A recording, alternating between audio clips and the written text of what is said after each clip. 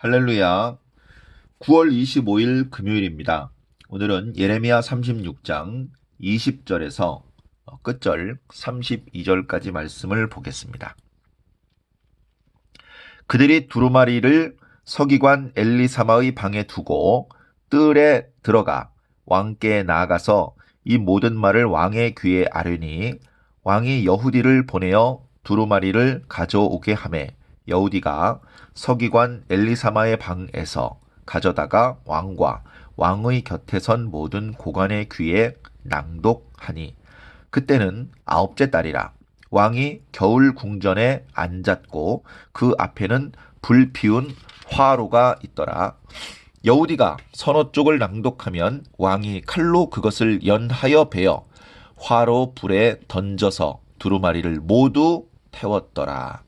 왕과 그의 신하들이 이 모든 말을 듣고도 두려워하거나 자기들의 옷을 찢지 아니하였고 엘라단과 들라야와 그마랴가 왕께 두루마리를 불사르지 말도록 아뢰어도 왕이 듣지 아니하였으며 왕이 왕의 아들 여라무엘과 아스리엘의 아들 스라야와 압디엘의 아들 셀레미야에게 명령하여 서기관 바룩과 선지자 예레미야를 잡으라 하였으나 여호와께서 그들을 숨기셨더라.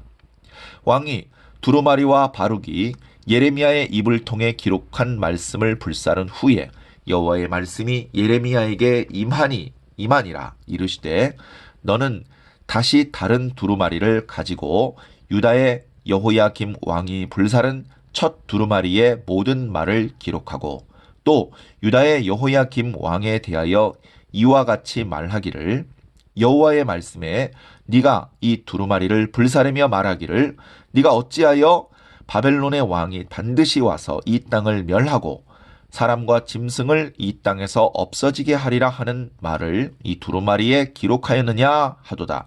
그러므로 여호와께서 유다의 왕 여호야김에 대하여 이와 같이 말씀하시니라. 그에게 다윗의 왕위에 앉을 자가 없게 될 것이요 그의 시체는 버림을 당하여 낮에는 더위 밤에는 추위를 당하리라. 또 내가 그와 그의 자손과 신하들을 그들의 죄악으로 말미암아 벌할 것이라. 내가 일찍이 그들과 예루살렘 주민과 유다 사람에게 그 모든 재난을 내리리라 선포하였으나 그들이 듣지 아니하였느니라.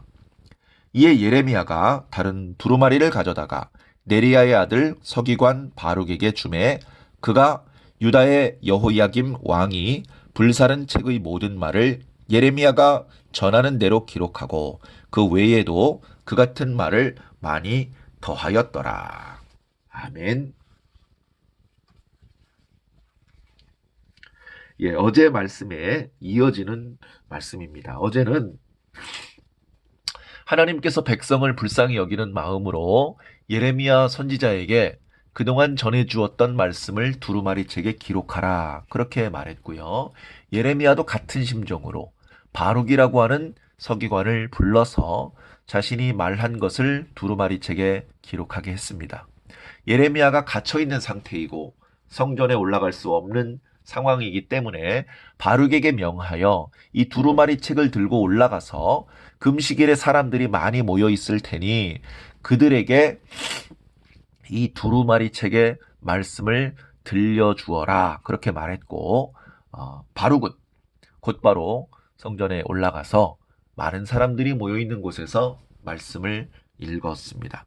그 말씀을 들은 사람 중에 사반의 손자가 있었죠. 미가야가 그 말씀을 듣고 왕궁에 내려가 서기관의 방에 모여있는 사람들에게 그 소식을 전해 주었습니다. 거기 있는 사람들은 급히 바룩과 그 두루마리 책을 청하여 가져오게 했고 그 방에서 그 두루마리 책을 두 번째 낭독해서 말씀을 들었습니다. 거기 모여있는 자들은 하나님 앞에 신실한 자들이었기 때문에 말씀을 듣고 두려워했습니다. 그리고 그 말씀을 이제 왕에게 전달해 주기로 한 것입니다. 자, 오늘 말씀은요, 이제 그 신하들이, 그 서기관들이 그 두루마리 책의 내용에 대해서 왕에게 보고하는 장면인데요. 왕이 겸손히 그 말씀을 들을지, 화를 내면서 그 두루마리 책을 훼손할지 알 수 없기 때문에 우선은 그 두루마리 책을 그냥 서기관의 방에 두고 갑니다. 두고 그냥 말로 가는 것이죠. 그래서 이제 엘리사마가 얘기를 합니다. 지금 하나님의 말씀이 선지자 예레미야에게 임했고 그동안 하나님께서 주셨던 말씀들이 두루마리 책에 기록되었습니다. 그리고 그 책을 서기관 바룩이 성전에서 낭독해서 백성들의 귀에 들려주었습니다. 뭐 그런 말씀을 전해 주었겠죠. 왕이 그 두루마리 책을 가져와 보아라. 그렇게 얘기를 했습니다. 그 두루마리 책을 가져왔습니다. 여우디라는 사람이 그걸 가져와서 왕 앞에서 그것을 낭독해 줍니다. 그리고 이제 왕이 그 두루마리 책의 말씀을 듣게 된 것이죠. 하나님의 말씀을 듣게 된 것인데 안타까운 것은 뭡니까? 그 말씀을 듣고 자기의 옷을 찢고 무릎을 꿇고 회개한 것이 아니고 칼을 가져다가 그 두루마리 책을 찢는 겁니다. 말씀을 읽으면 찢어서 옆에 있는 화로에 집어넣고 말씀을 읽으면 또 찢어서 그것을 옆에 있는 화로에 집어넣고 계속 하는 겁니다. 그래 결국은 두루마리 책을 다 찢어서 태워버렸습니다. 두루마리 책에 바벨론 왕이 반드시 와서 예루살렘과 유대를 박살을 내고 거기 사람과 들짐승이 없게 만들 것이다 라고 한 예언의 내용이 마음에 안 들었겠죠. 지금 그 바벨론과 항거하기 위해서 금식을 선포했고 많은 돈을 보내서 애굽에 원군을 청한 상태인데 다 소용없다, 망하게 될 것이다 라고 말하니 어찌 유쾌하겠습니까? 그러나 하나님의 말씀은 유쾌하고 불쾌하고의 문제가 아닙니다. 내 마음에 드는지 내 마음에 안 들든지 그것과 무관하게 우리는 하나님께서 말씀하신 그대로 듣고 믿어야 되는 것입니다. 안타깝게도 여호야김은 그렇게 하지 않았습니다. 여호야김에 대해서 소개할 때마다 요시야 왕의 아들이다라고 소개하고 있는데요.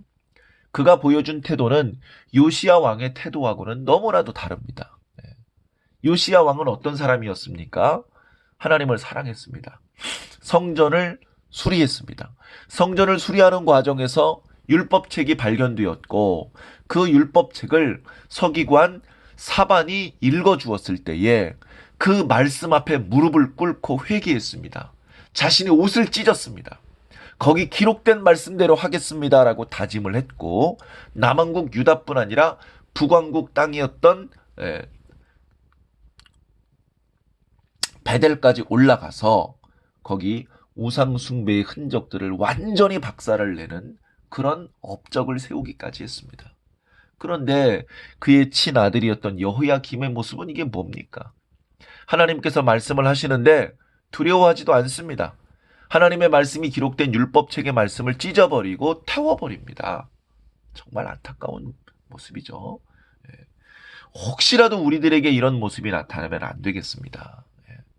자, 하나님의 말씀을 들었을 때, 그 말씀이 선포되었을 때에 두 가지 반응을 보입니다. 요시야 왕처럼 무릎을 꿇고 회개하고 말씀을 두려운 마음으로 듣고 말씀에 순종하고 자신의 옷을 찢는 그런 신실한 모습을 보여줄 수도 있습니다. 요시야 왕이 그랬고 예레미야가 그랬고 바룩이 그랬고 미가야가 그랬고 여후디가 그랬고 지금 왕 앞에 이 율법책의 말씀을 들려주는 신하들 그리고 왕이 그것을 태우려고 할 때 태우지 마시옵소서 용감하게 그것을 말렸던 신하들이 그랬습니다.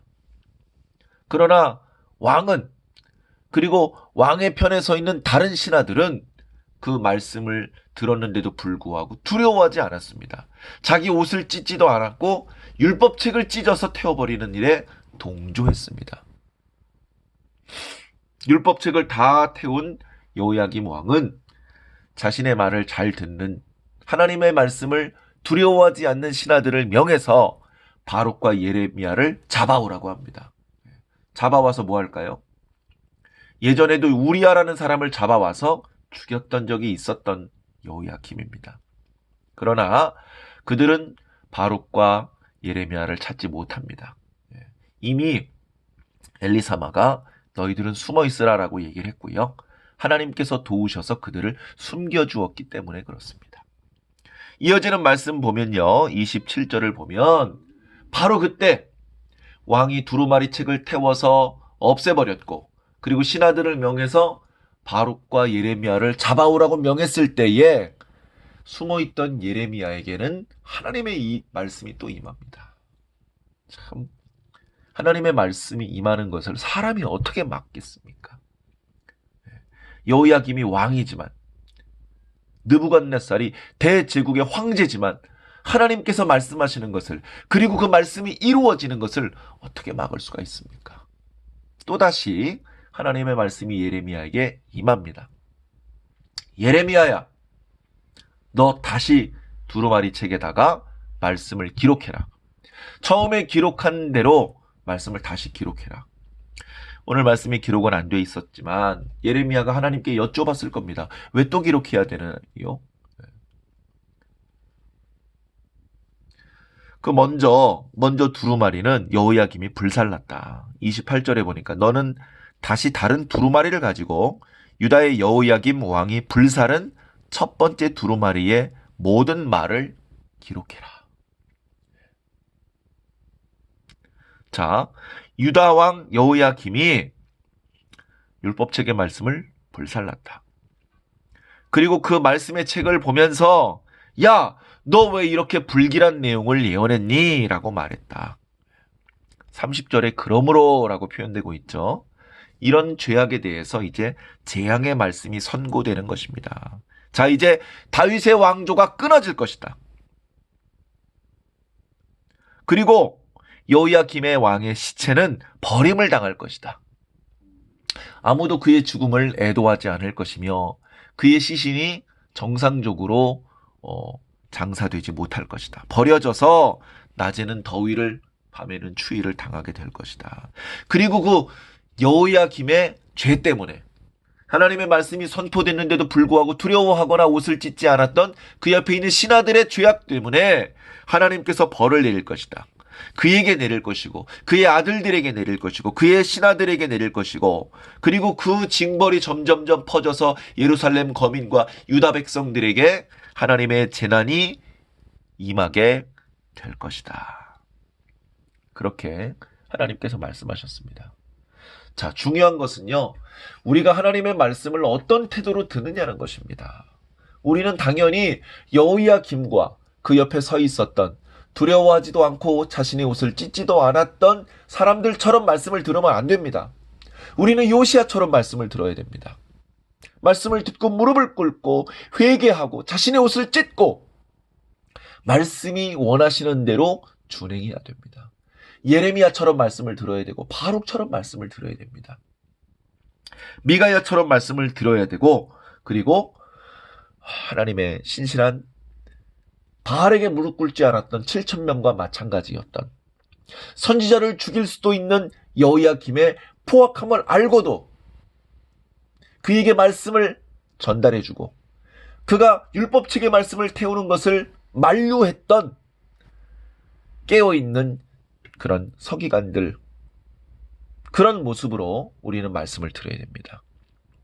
말씀하는 신이신 하나님께서는 지금도 말씀하고 계십니다. 성경책을 통해서 말씀하고 계시고 당신의 종들, 목회자들을 통해서 말씀하고 계시고 최근에 비대면 시대에 온라인으로 수없이 많은 당신의 종들을 통해서 여러 가지 기술적인 방법으로 말씀해주고 계십니다. 문제는 그 말씀을 우리가 어떤 태도로 듣느냐는 것입니다. 이 시대를 향한 하나님의 준엄하신 말씀 앞에 우리가 얼마나 그 말씀을 두렵게 받고 있으며 우리가 그 말씀을 얼마나 겸손히 듣고 있습니까? 우리가 그 말씀을 얼마나 준행하고 있고 우리가 그 말씀을 얼마나 선포하고 있습니까? 하나님의 말씀을 듣는 태도에 따라서 그가 재앙을 만날 수도 있고 그가 용서받고 복을 받을 수도 있다는 것을 기억해 주시기를 바랍니다. 지금도 살아계신 하나님께서 말씀하실 때 겸손히 그 말씀을 듣고 말씀의 인도를 잘 받아서 재앙이 아닌 구원을 모두 받게 되시기를 간절히 축원합니다. 잠시 기도하겠습니다. 사랑의 하나님, 참 감사합니다.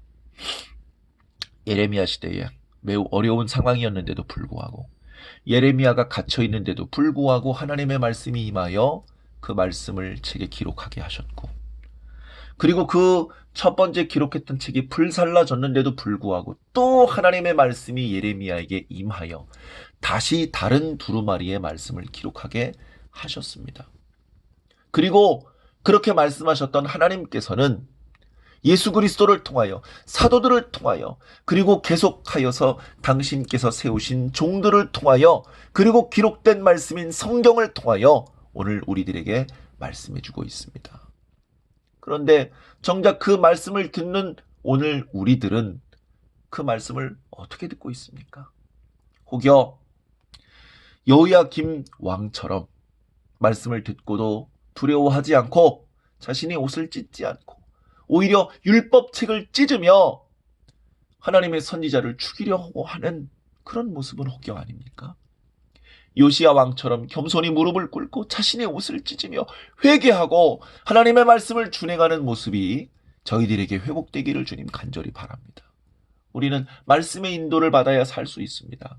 지금도 말씀하시는 그 하나님의 말씀의 인도를 받으며 하나님의 부르심을 따라 최후의 승리 얻고 최후의 구원 얻는 참된 주의 백성 될 수 있도록 주님 인도하여 주시옵소서.